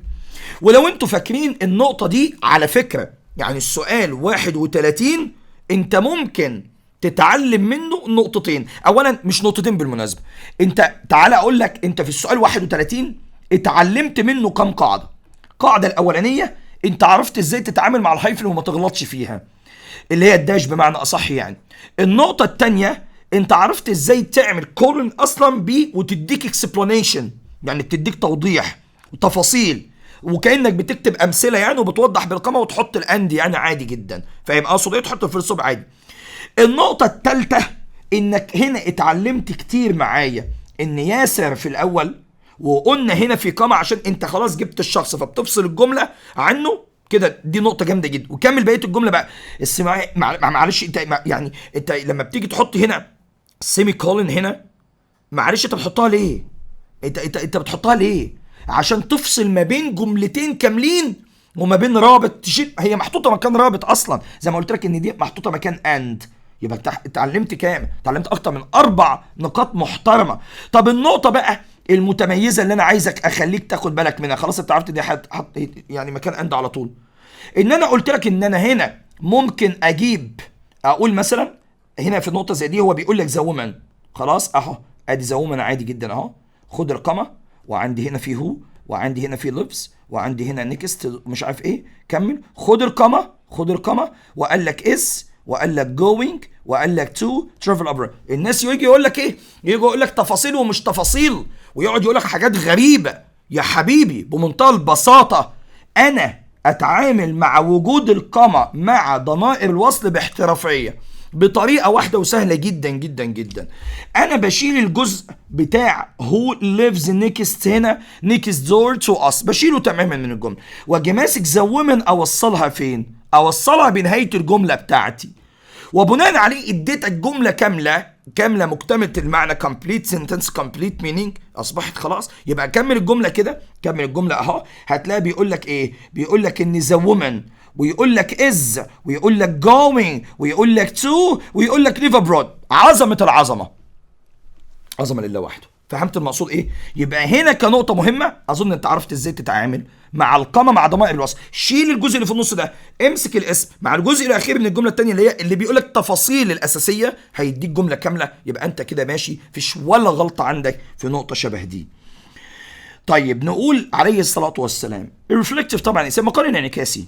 بص يعني انا خلصت الكلام على طول examines اهو، بص كده، بص كده، بيشوف اهو استنى كده، امسك الاولاني اكسبريس. معلش يا جماعه هو بيعمل تجربه شخصيه ماشي، بس هو بيدور على التجارب في حياته وازاي ان هي غيرته، ودايما يقول لك غيرته او هو اتعلم منها ايه من خلال التجارب ديت، ويقول لك انا اتعلمت يعني، يقول لك التجربه دي عملت ايه اصلا، ريفليكشن، ايه الانعكاس اللي هي عملته في شخصيتي. دي نقطه محترمه خد بالك منها كويس قوي. في النقطه او السؤال بعد كده 33 بيقول لك اي من هذه العبارات بيستخدم، بقى من غير اللون، بيستخدم عشان انك تكمل الجمله ان هو عايز منك ايه؟ ريزلت، ولا كانك شفت حاجه. ايه ريزلت عايز ايه يعني في ريزلت يعني؟ ولا يهمك حاجه. از ويل يا باشا انت طالب متميز، ده رابط اديشن، ده رابط ايه؟ ده رابط اضافه، هنستخدمه بناء على regardless of، بغض النظر ايه از خد بالك من اللي هيحصل معاك. اعظم يعني، شوف السؤال يبان لك ان هو سهل جدا، اقسم بالله يخليك تلف حوالين نفسك لو انت ما انتش متمكن. عايز اكتر من كده حاجه؟ في المثال 33 بيقول لك as a result، كنتيجه يعني، ان he made، ويقول لك great efforts as a result of the great efforts he made. يعني بيقول لك ان سمير حقق تقدم رائع، والمفروض انك تقول ونتيجه ان هو عمل انجازات عظيمه، ولا تقول ان سمير حقق تقدم رائع نتيجه للانجازات العظيمه اللي هو عملها؟ تفتكر ايه؟ طب انا هسيب لك الفكره دي تفكر فيها، او ابسطها لك شويتين 3. هو دلوقتي بيقول لك سمير، بص بهدوء وبمنتهى البساطه، بيقول لك ان سمير achieved wonderful progress. ان امسك الجمله اكتبها زي ما هي كده اهو، ادي سمير، وقال لك هنا achieved اهو خلاص، وقال لك هنا ايه؟ wonder، وقال لك full، وقال لك هنا progress. يبقى معنى الكلام ده ان الراجل ده عمل ايه؟ حقق تقدم عظيم او تقدم رائع. المفروض اقول كنتيجه، المفروض ان انا، هو بيقول لك كنتيجه يعني استني، يعني كنتيجه للمجهودات اللي هو عملها، ولا كنتيجه اللي هو صنع مجهودات؟ افهمها انت، افهمها لك اكتر. هو ذاكر كويس، ونتيجه لمذاكرته ان هو نجح في الامتحان. يبقى هو نجح في الامتحان نتيجه لايه؟ نتيجه لمذاكرته. يبقى اذا كنتيجه للمجهودات العظيمه اللي هو عملها ان هو حقق تقدم رائع. فكر بقى انت كده وشوفها، سهله جدا لاقصى درجه، مفيش فيها اي مشكله خالص. هقولها لك تاني اهو، بص كده، كنتيجه للمجهودات العظيمه اللي هو عملها، ايه اللي حصل؟ انه حقق تقدم. لكن ما اقولش وكنتيجه ان هو عمل مجهودات عظيمه. ازاي؟ القامه هنا في فيصل، فكر، وانا كده وضحت لك الاجابه لاقصى درجه ممكن تتخيلها. طيب في النقطه 34، ايه السؤال اللي شكله غريب ده بجد؟ لا بجد والله مش هزار. يعني ايه ده؟ بيقول ان when you start writing an essay بيقول about the National Museum of Egyptian Civilization you can use. هو عايز ايه بقى ده؟ يعني مش فاهم. حته انك توصل تقول هو عايز ايه يا حبيبي. هو بيقول لك when you start writing يعني لما تبدا مقال بخصوص الايه، يعني معلش المتحف القومي للحضاره المصريه بتستخدم ايه؟ علاوه على ذلك ايه؟ معلش يعني تسم مش عارف ايه علاوه على ذلك، ولا ان انا اقول اجازه للوقت يعني ان هو عايز. بص، هو المشكله انت ما انتش فاهم على فكره برضه، ما تزعلوش مني، انت ما انتش فاهم. الراجل بيقول لك ستارت. انت عارف يعني ايه كلمه ستارت؟ يعني بيقول لك ابدا. يعني انت هنا هو عايز تبدا. هو انت فاهم؟ اظن كده انتوا فهمتوا انا عايز اوصل لايه. فهمت الفكره؟ يبقى يا حبيبي هو بيقول لك تبدا الجمله. عارفين ايام زمان بقى لما انت كنت بتقول مما لا شك فيه؟ هو نفس الفكره. يبقى جاي كده بص كده على الاجابه دي بقى العظيمه دي بقى اللي تحت دي. شو بص. Without a doubt, the National Museum of Egyptian Civilization is the first museum in the Arab world to focus on the earliest civilization in history, the ancient Egyptian. عظمة. هو ده. لكن علاوة على ذلك بقى وروابط إضافة وتصام دي خاتمة، وده في الجسم الموضوع حاجات هو عايز يبدأ. وطبعا دايما الترانسيشن ووردز يفضل استخدامها في جسم الموضوع وانت بتدي تفاصيل بزيادة. السؤال ده بالمناسبة سؤال مهم جدا وعايز طالب فاهم لا اكتر ولا اقل. طيب جميل. في السؤال يا باشا اللي بعد كده السؤال 33 ولا 34 ده احنا كده مزودين ولا ايه؟ 34 ما علينا بقى الارقام مش مشكلة. بيقول لك هنا ايه يا معالي الباشا بقى؟ بيقول لك ان على فكرة السؤال ده حلو قوي بالمناسبة، انا مبسوط قوي ان انا حطيت سؤال شبه ده. السؤال 33 في نقطة شبه دي بيقول لك you will recognize her، يعني بيقول لك انت هتتعرف عليها في الحفلة very easily بسهولة. فبيقول لك she know a blue dress. السؤال حلو بجد. اولا طالما ان زمن الجملة في المستقبل يبقى انا ابعد واصل اي ان جي دي خالص. انا هبعد اعمل بقى ايه اصلا يعني. ولو قلت will have worn يبقى معلش انا بقول لك لسه انت هتتعرف على شكلها، يعني انت هتقدر تعرف شكلها بمنتهى السهولة. يبقى معنى الكلام ده ان في ترتيب مسبق الحدوث. يبقى بالتالي هنا يبقى النقطة بتاعتك هنا بي، يبقى دي افضل اجابة على الاطلاق will be wearing بس. ولو ما لقيتهاش يبقى is wearing. لو انتوا فاكرين الكلام ده انا قلته تفصيلا. في السؤال 34 بيقول لك ان despite his laziness، بالرغم من كسله. على فكرة السؤال ده انا حطيت لك ليه explanation من كمحمود مسعود بقى من اجمد الاكسبلانيشنز اللي ممكن تشوفها. هقول لك كمان مره. لو مسكنا السؤال 34 هتتوتر فيه. هقولها لك تاني. السؤال 34 من احلى الاسئله واسهلهم، لكن مربك نتيجه الترجمه. اصل المشكله ان هو حاطط فيه تناقض. فانا عملت لك تفسير للسؤال ده. انا كمستر محمود مسعود عملت لك تفسير السؤال ده فوق المحترم بزيادة بجد، وكتبته لك بنفسي زي ما حضرتك شايف كده عشان تفهم ايه وجهة النظر للسؤال ده. يبقى الغرض في الموضوع كله مش ان انا بناخد السؤال ونرمي الاجابة ونجري. انا عايزك تفهم الفكرة الايديا بتاعت السؤال جت ازاي وبناء على ايه.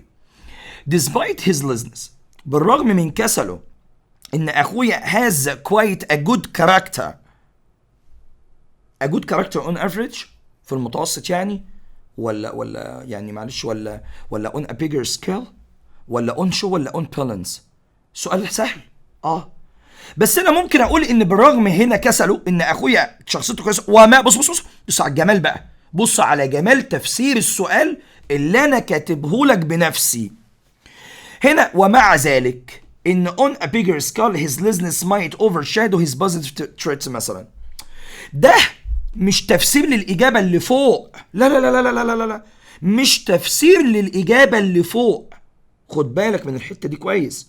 في النقطة ديت ملهاش علاقة بتفسير. ده انا بقى لها علاقة ان انا بقول لك امتى تحط on a bigger skull، لان انا متأكد انك هتاخد الاجابة بتاعت السؤال ده وتقول على نطاق اوسع. هو هنا ما ينفعش ان انا اقول على نطاق اوسع، لكن هنا الاجابة الافضل على الاطلاق اقول on balance. وهنا معنى الكلام ده ان بالرغم من كسله ان اخويا شخصيته بيمتلك شخصية الى حد ما جيدة بشكل يعني نقدر نقول ان شخصيته كويسة متوازنة مع كسله اللي احنا بنستخدمه كتناقض. لكن خد بالك، اقرأ التفسير اللي انا كاتبه لك، ان بالرغم من كسله ان اخويا has quite a good character، ومع ذلك on a bigger scale his laziness might overshadow his positive traits.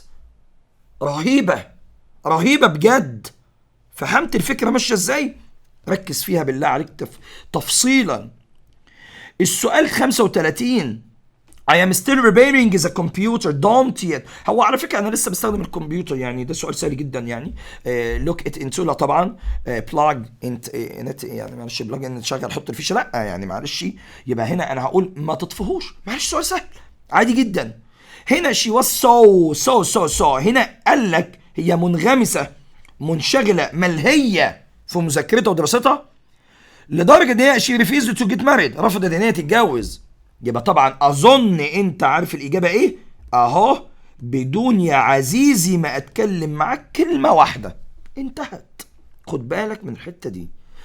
I don't know how to repair cars. انا مش عارف ازاي اصلح العربيات. So I know at the mechanics. طبعا mechanics هنا مقصود بقى ورشة، ماشي. هنا I have repaired mine at the... لا استنى بس اتقل عليا شوية. I have had mine repaired ولا I have got mine؟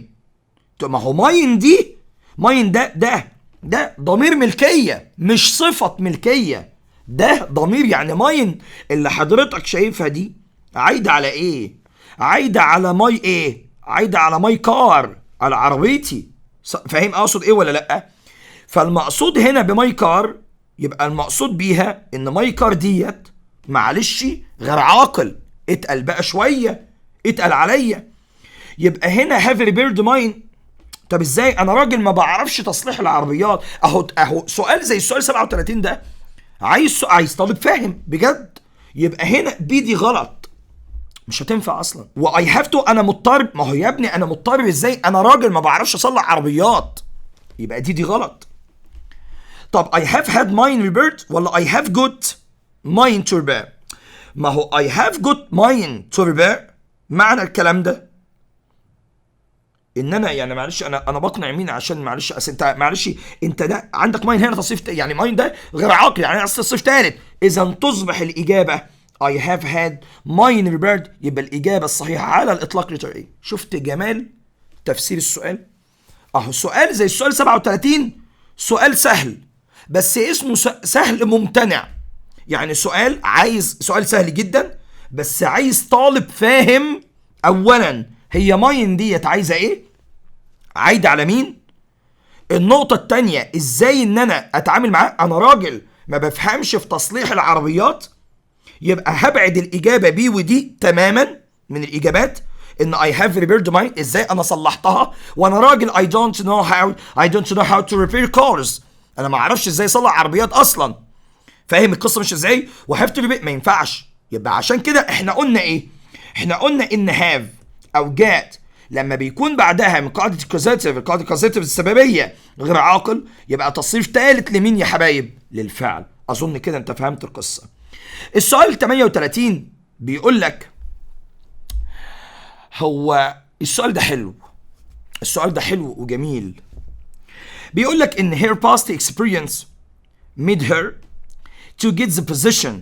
يعني اللي هي جعلها ايه بقى؟ اولا suitability دي مش هتنفع، دي مش نافعه، لان هنا القاعده الاساسيه ان انت عايز هنا made مع مفعول object. قدامك حاجتين، يا اما صفه يا اما مصدر. انت تعرف السؤال ده اهو، ده سؤال والله حرفيا ان هو يعني ما تعرفش يعني هو بيعمل معاك ده على فكره النقطه دي اللي انا وضحتها لكم كتير قبل كده، اللي انا قلت لك لو انت فاكر يعني، اللي انا قلت لك بيلعب معاك على السبيلنج. يعني هل هي بقى السوت الاخيره، السوت اللي هي معلش البي، ولا السوت ديت معلش.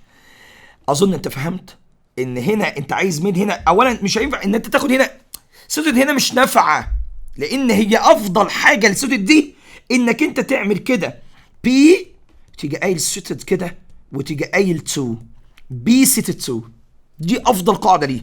فعشان كده افضل اجابه لنقطه شبه دي، اسيبك انت بقى تفكر تاخد لتر بي ولا تاخد لتر سي ولا تاخد لتر دي. انا كده فرقت لك وكده عداني العيب معاك ان انا فكر في السؤال وعايزك تجيب لي ليه اخرها ايه دي معناها ايه وبي معناها ايه. اظن انا وضحتها. يعني ممكن انك تقول انا استبعد الاجابه سي دي خالص، ابعدها، انا ما عنديش مشكله، بس فكر انت هتاخد هنا لتر بي ولا هتاخد لتر دي. ما هو ممكن يجي طالب يقول لك suitable كصفه، يعني يقول لك يعني انا ممكن اخدها كده عظيم، بس دي صفه بس هي مش موجوده. انا كده حلتها لك، فكر فيها وافتكر السؤال 38 ده كويس. في السؤال بعد كده 39 تقلقش، فكر فيها وانا كده هقول لك الاجابه لما تيجي تناقشني فيها تفصيلا. I had no paper، فبيقول لك انا ما عنديش ورق. could you give me some of ايه؟ ممكن تديني some ايه؟ اولا انت ما ينفعش تقول اصلا هنا في السؤال زي ده some of your، لان your ده صفه ملكيه. والله هتخليني اسيبه لك برضه، ما هو ده صفه ملكيه مش هتنفع. ما تنساش تفكر في السؤال 38. انت عارف زي مين؟ عامل كانك يعني هي سباركل بالال اي ولا سبارك؟ طب هي جنتل بالاي ال ولا بالال اي؟ طب انترن هي بالاي ار اي ان ولا ار اي ان؟ طب هي انهي واحده في دول؟ طب هو عايز مني ايه؟ لو مسكك في السبيلنج في الامتحان هيزعلك، عشان كده ادي لكل حاجه حقها. I had no paper يبقى على طول الاجابه اخد الاجابه yours خاصتك. السؤال 40 بيقول لك the accident الحادثه. على فكره بالنسبه للسؤال زي ده انا متاكد وعارف ان انت ممكن تجي رايح واخد الاجابه بيقول لك الحادثه، فبيقول لك مين يعني been much worse likely no harm was done. يعني لحسن الحظ انت تعرف السؤال ده فيه اجابتين اجمل من بعض. الاجابتين الاجمل من بعض ان هو حاطط لك much worse، يعني كانه بيقول لك ان الحادثه كان من الممكن ان هي تكون اسوأ. يبقى ما ينفعش انك تاخد should have اجابه غلط، may have ربما غلط، لكن من المحتمل. شوف، يبقى كان من المحتمل كاحتماليه بحته في نقطه شبه دي. يعني لو انت بس بصيت في نقطه شبه دي وركزت فيها سنه هتفهم هنا ان عايز منك المعنى. تعالى كده نصلي على اللي يشفع لنا وبص كده في السؤال 41. سؤال فكرته حلوه برضو، او الهدف من الاسئله انك تاخد اكسبيرينس كامله. My friend always، يعني صديقي دايما، اظن ده مش محتاج تفسير يعني. خد بالك من اللفظ اللي موجود عند سيادتك، ان هو عندك هنا بوستس يتفاخر، يعني عمال كده زي طاووس كده منفوش، فيبقى اقصد انت فاهم يعني. بص شرحنا قبل كده تفصيلا، لكن بص دي اصلا كانك بتكون بمعنى يعزز، دي حاجه ودي حاجه، دي قصه ودي قصه. هنا بيقول لك ذا انيمالز نمبرز، يعني بيقول لك عدد الحيوانات، يعني معلش يعني الحيوانات مالها، خد بالك دي فيها غلطه، المهم مش موضوع يعني. فبيقول لك are not attributely as a result of climate change، كنتيجه لتغير المناخ. يبقى معلش تاخد ايه؟ declaring ولا raising؟ ما هو معلش هو عدد الحيوانات مالها بيزداد بسرعه ولا اللي هو بيتناقص بشده؟ يبقى انت بتتكلم على ديكلاين يا حبيبي، اللي هو ينهار بشده، ينهار بشده. دي نقطه مهمه قوي. طيب السؤال 43 ماي ايز، بيقول لك ماي ايز، معلش انت بتتكلم على ايز هنا لايه؟ اللي انت بتتكلم على عيون. فهنا انت بتتكلم على اي اللي هي العين، ايز العيون بتاعتك. هنا الفكره ان انت عندك هنا يا جميل ان انت عندك زمن الجمله في الماضي، وزي ما انت متعود معايا ان لما يكون زمن جملتك في الماضي ابعد المضارع. احنا اسفين للاجابه ايه؟ هو ما فيش حاجه اسمها was work اصلا بالمناسبه، يعني انا مش فاهم هو حاسس اجابه زي دي ازاي. وهنا لو بصيت ان الراجل قال لك all day بس كده all day، يبقى هنا عايز مده زمنيه، فوانا بغمض عيني هختار اجابتي بشكل قاطع، تصبح الاجابه had been working. خلصت، مفيش فيها كلام. معلش هو الاطفال عاده ايه لما انت عارف المشكله برضو، هو بيقول لك if they don't get what they want. اظن انت عرفت الاجابه. طب بص اقرا السؤال كده، يعني اقرا بجد السؤال. ان children usually ايه؟ ما خلاص يبوز مش يضحك. يعني انت فاهم؟ انا خايف عليك يلعب لك في السبيلنج. الكلام ده غلط، خد بالك من النقطه شبه دي. انا مش هقول لك كده تاني، يعني انا بجد مش هقول لك كده تاني. في النقطه 45 بيقول لك ان what do you suggest.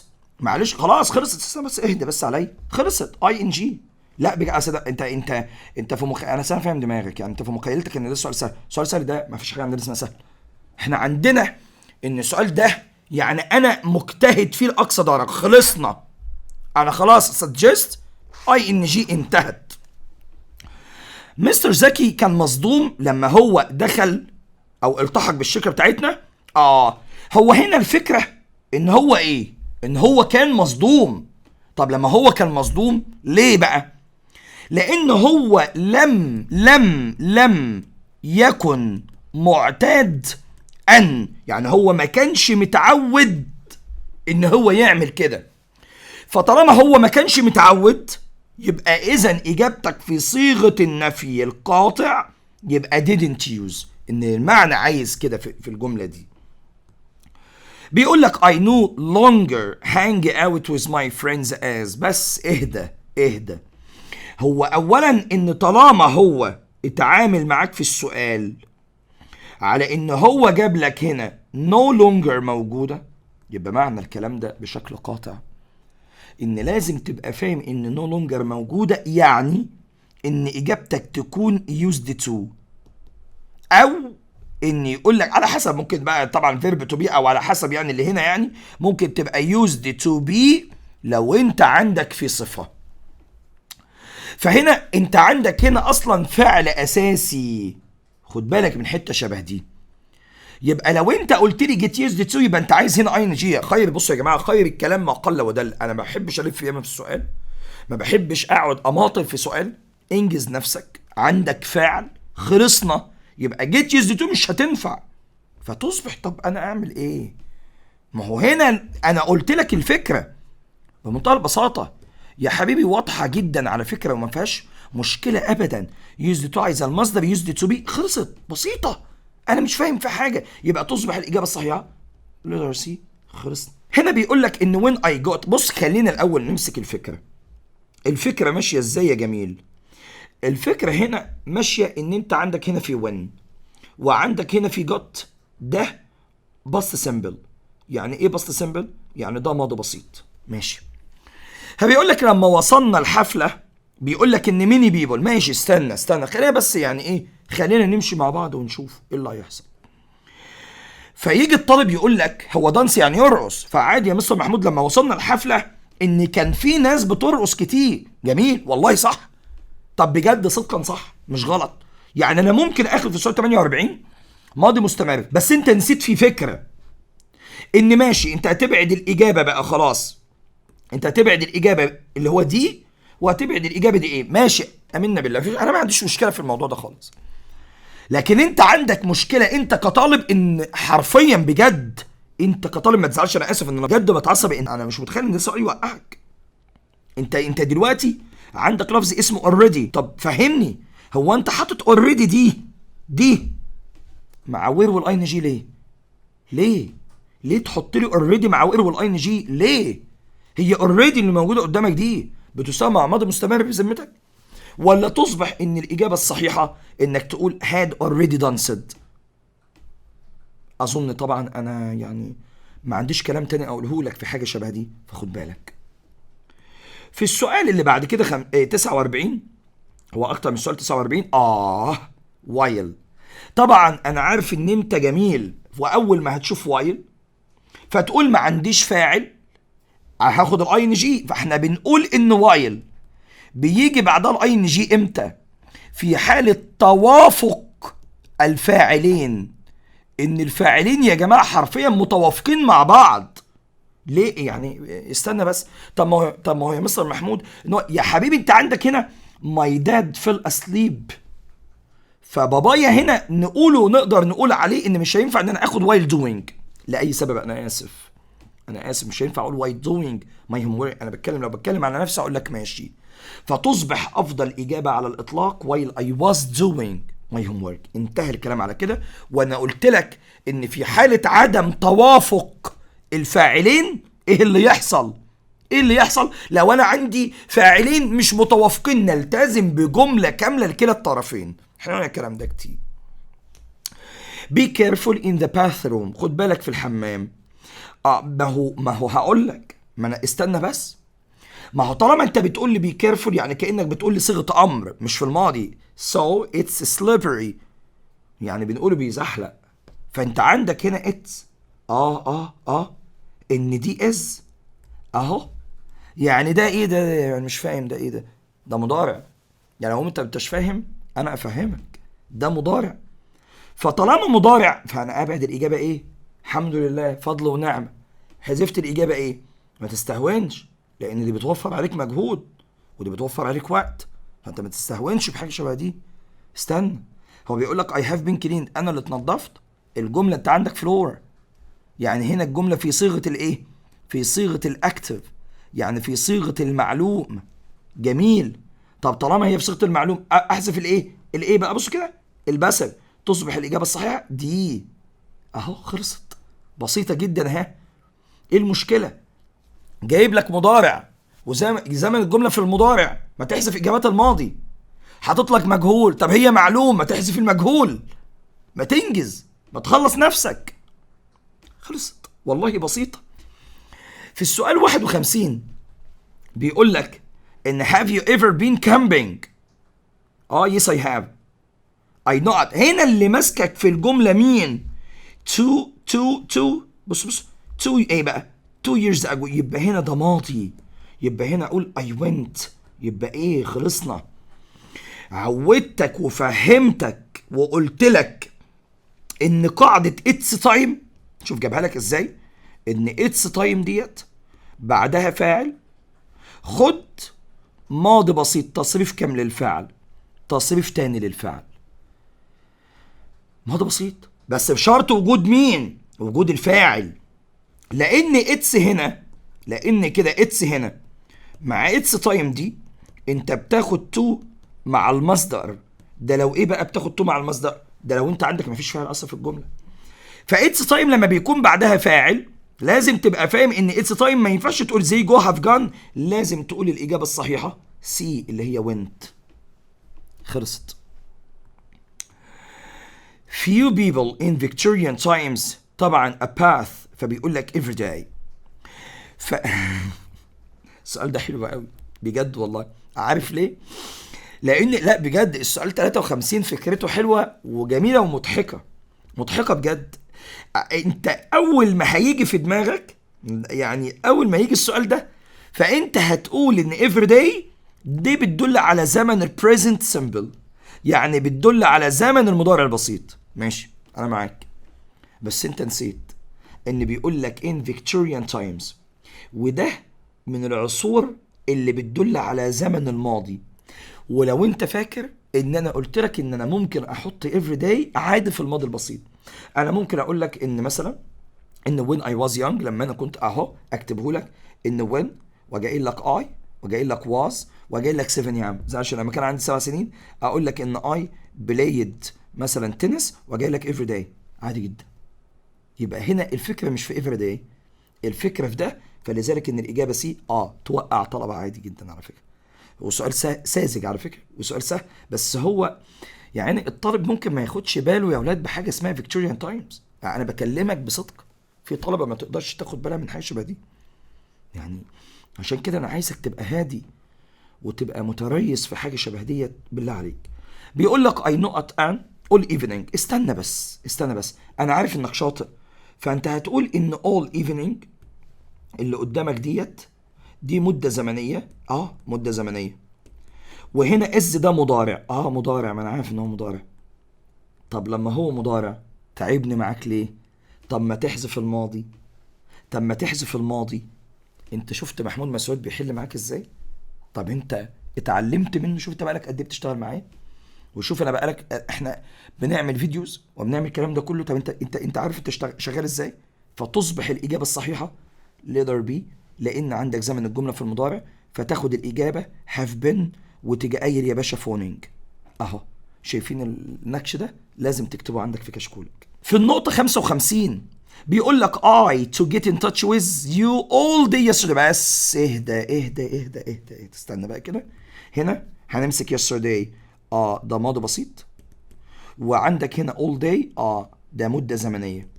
يبقى طالما all day يعني yesterday معاها هنا مدة زمنية، يبقى was aware plus الفيرب plus ing تصبح الإجابة الصحيحة was trying. خلصت. عاش يا وحوش. وصلنا للسؤال بعد كده اللي هو السؤال كام؟ 56. الله، حلوة أوي، جميل أوي الفكرة يعني. بيقول لك with the expansion of the internet، بيقول لك بتوسع الانترنت، ما طبعا اصبحت متزايده. على فكره النقطه دي اصلا ممكن نعملها معامله ان هي كانوا، خد بالك من has grown more widespread، يعني دي التعبير ده اصبحت منتشره او تزايدت بشكل واسع. خد بالك ان دي ممكن تجي لك كموضع امتحان عادي جدا. انت فاهم الفكره ماشيه ازاي؟ فهنا تصبح الاجابه طبعا انها تقول ما فيش قدامك بايرتس على طول قرصنه because my left طبعا I is so weak. فبيقول لك بسبب ان ماي ليفت اي، ان عين الشمال ضعيفه. خد بالك هنا ضعيفه اهي، ان ماي رايت اي هاز تو ورك هاردر، ان عيني دلوقتي بتشتغل اكتر. يعني تو عايزه ايه؟ تو عايزه مصدر. خد بالك يبقى تو كومبنسيت بس كده. ما انت عارف ان كلمه كومبنسيت يعني يعوض. انا عارف مش هو مش شرط ان هو يعوض ماليا ولازم يبقى كله تعويض فلوس. لا، ممكن تعوض عادي بشكل معنوي زي الجمله بتاعت 57 دي، عادي جدا. بيقول لك بعد كده، بيقول لك ان studies، ان الدراسات indicate about من حوالي من 20 لكام؟ من 20 لكام؟ من 20 ل 30% college هنا students. معلش هنا يعني معلش 20% ايه بقى؟ معلش 20% ايه؟ يعني شيتر ماشي مفيش مشكله. هي شيتر تبقى حلوه، بس المفروض تبقى تقول ار شيتر وحط الاس بقى غشاشين، يعني المفروض تقول ار شيترز. طب اعمل ازاي؟ يبقى افضل اجابه انك تقول لي شيت. وعلى فكره سؤال حلو مش وحش ده بالمناسبه، لا بجد يعني سؤال 58 سؤال فكرته حلوه. يعني ممكن يقول الطلبه عادي تقول لك شيتر، بس هم انا بكلمك على الطلبه ان هم غشاشين. انت هتبقى صحيح لما تيجي تقول ارشيترز تحط الفيرب تو بي وتحط هنا الاس، يعني فاهم اقصد ايه؟ لكن هنا الطلاب بتغش عادي. The teacher indicated that the students were evaluated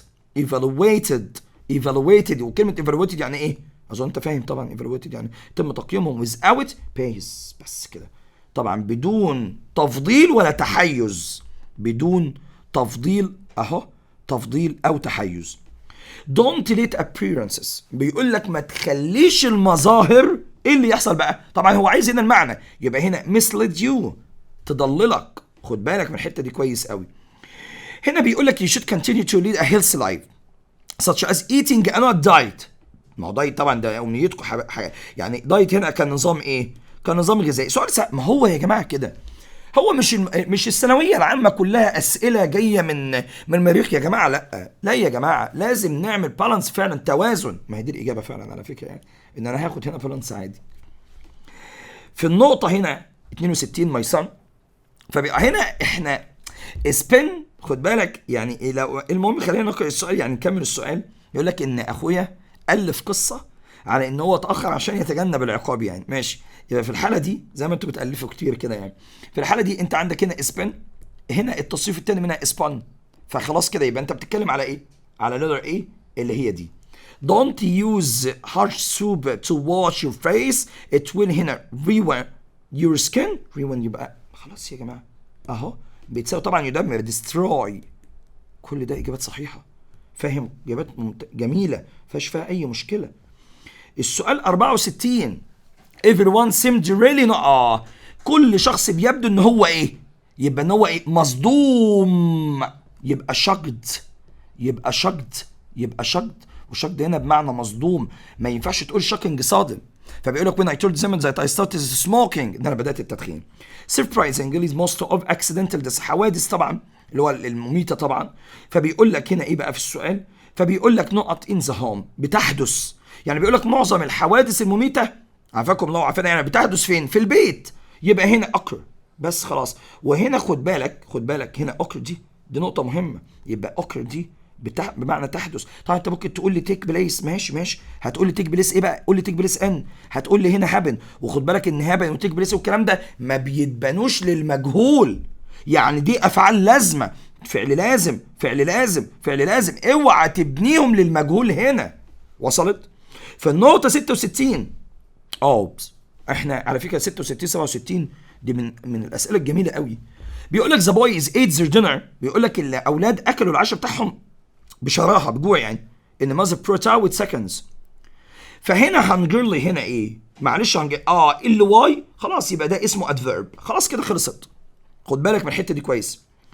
لكن النقطه الجميله اللي هو غير متوقعه بالمناسبه، يعني سؤال زي السؤال 67 ده سؤال انت في مخيلتك ان ده سؤال خايب، وان انت يا عيني فرحان انك اول ما تشوف علامه التعجب انت عايز تاخد تعجب. الكلام ده كلام حلو وما فيهوش اي مشكله ابدا على فكره. لكن تعرف ايه المشكله بقى؟ ان انت مش عارف تاخد هنا بقى conjunction adjective. طب هو طبعا هو بيقول لك اوبس، يعني كانك بتقول ايه؟ ياه لفظ تعجب. noun interjection. في طلبه ممكن تستبعد الاجابات وربنا يبقى ييسر لها الحال ويبقى كده كريمهم الحمد لله. فممكن يقول لك conjunction ديت يعني طب ده رابط ده ولا ايه ده؟ طب ابعده انا مش عارف. فهنا البديل لكلمه علامه التعجب بقى والكلام ده يبقى دي اسمها interjection. خلصت. exclamation. بجد يا مستر والله العظيم. فهمت؟ وصلت فانت ممكن لما تعجز عليك نقطه انك ممكن تعمل عمليه استبعاد عادي جدا. اتعلم، احنا بنتدرب. اما السؤال 68 وده السؤال الخاتمه. السؤال 68 هو السؤال اللي بختم لك بيه الاسئله الجميله المتميزه اللي احنا حليناها مع بعض شويه بافكارها الممتعه. وسؤال فكرته عظيمه بدرجه ملفته، عايزه طالب بيبقى فاهم. وهو سؤال سهل بالمناسبه مفيهوش اي مشكله، لكن برضه في نفس التوقيت احنا عايزين نفهم هو عايز ايه في السؤال. فبيقول لك اختار الجمله اللي فيها الاستخدام هنا الامثل appropriate. اتفقنا؟ الامثل للبانكتويشن. فبيقول I know. بص خلينا بس نكتبها الاول. فهو بيقول I know. فهنا بيقول لك what، فبيقول لك you want. انا عارف انت عايز ايه. ما هو برضو يا جماعه اولا ده مش قمع عشان تفصل ما بين جملتين ابدا، فده استخدام خاطئ. طب يا ترى هنا I know what you know what you want هنا بفيرست ستوب بتمشي؟ طب ينفع ان انا اقول what you want علامه استفهام؟ لا طبعا. طب احط علامه التعجب؟ هو ده مش تعجب، هو بيقول لك انا عارف انت عايز ايه. what you want ايه اللي انت عايزه؟ يبقى دي جمله عاديه جدا منتهيه بفول ستوب. متخيل؟ والله العظيم. يبقى ما ينفعش انك تحط هنا قمة. لو حطيت هنا قمة هتبقى كده مشكلة بالنسبة لك، دي مشكلة جامدة. حتى في النقطة اللي تحت يعني بيقول لك what I can't believe you did. ما هو النقطة اللي تحت دي تمشي، بس انت عايز مع what دي ايه؟ انت عايز مع what دي علامة تعجب كده، مش هتنفع. و I can't believe فبيقول لك you did. طبعا you did this to her برضو دي صحيحة بس ناقصة. يبقى تصبح الإجابة الصحيحة هو الاختيار بي. وده السؤال 68. وكده يبقى سؤال فكرته حلوة جدا. وصلت لك للنقطة محترمة حلينا في فيديو سابق 51 سؤال على المهارات محترمين، حليت معاك 68 سؤال محترم، أفكاره ممتازة وممتعة جدا. ما تضيعش بقى تعبنا وذاكر فيه كويس جدا، وأشوفكم على خير إن شاء الله في فيديو جديد بمشيئة ربنا سبحانه وتعالى. بالتوفيق وشكرا جدا ليكم. Thank you so much.